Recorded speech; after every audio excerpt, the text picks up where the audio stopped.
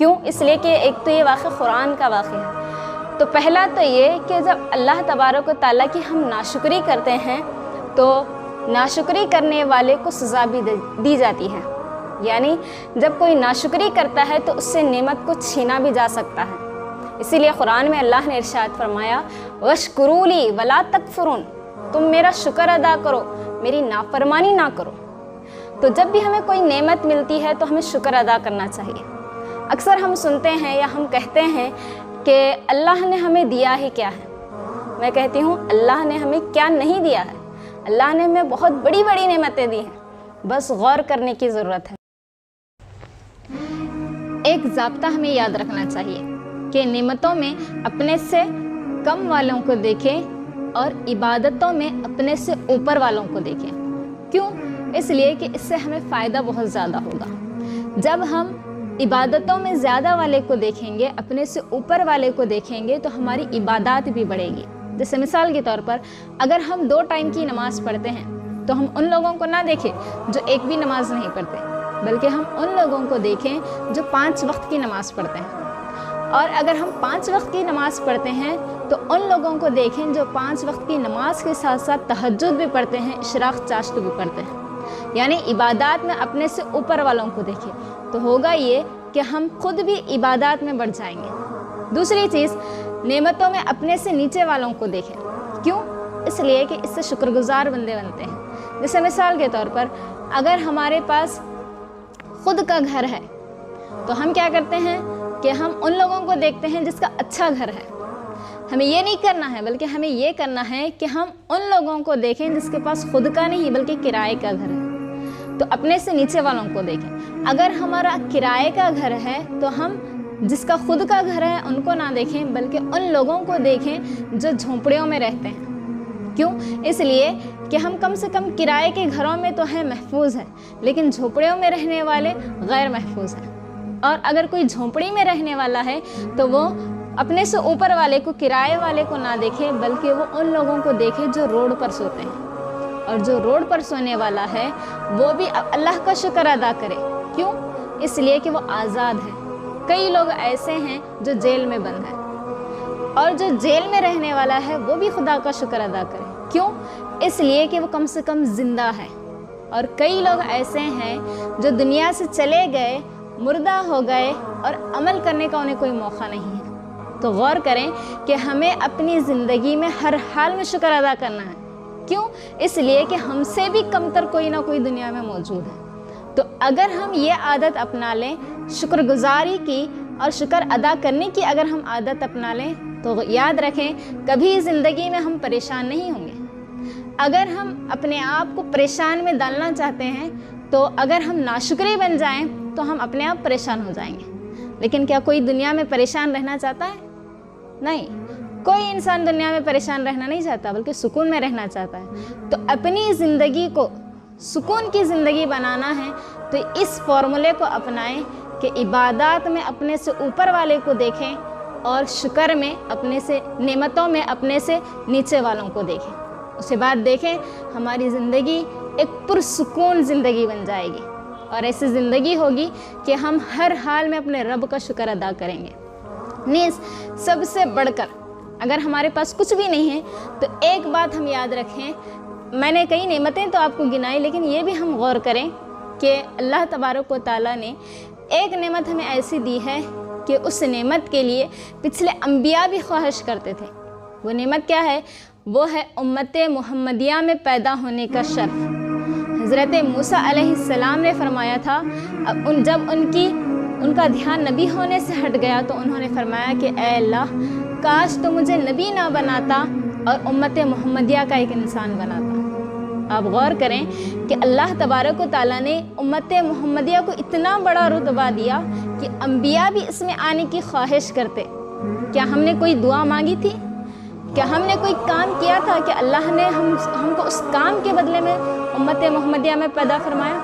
نہیں، ہم نے پیدا ہونے سے پہلے اللہ سے کچھ نہیں مانگا، لیکن اللہ نے خود ہم پر احسان کیا، کرم کیا کہ ہم کو امت محمدیہ میں پیدا فرمایا۔ تو کیا یہ اس کا شکر نہیں ہے؟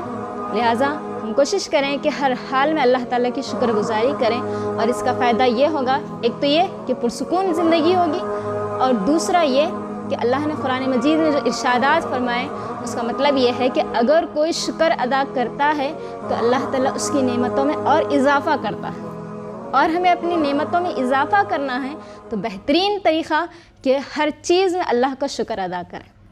آخر میں آپ تمام سے یہی گزارش ہے کہ آپ تمام ان ویڈیوز کو دیکھیں اور جو بھی اس میں کہا جا رہا ہے اس پر عمل کرنے کی کوشش کریں۔ السلام علیکم ورحمۃ اللہ وبرکاتہ۔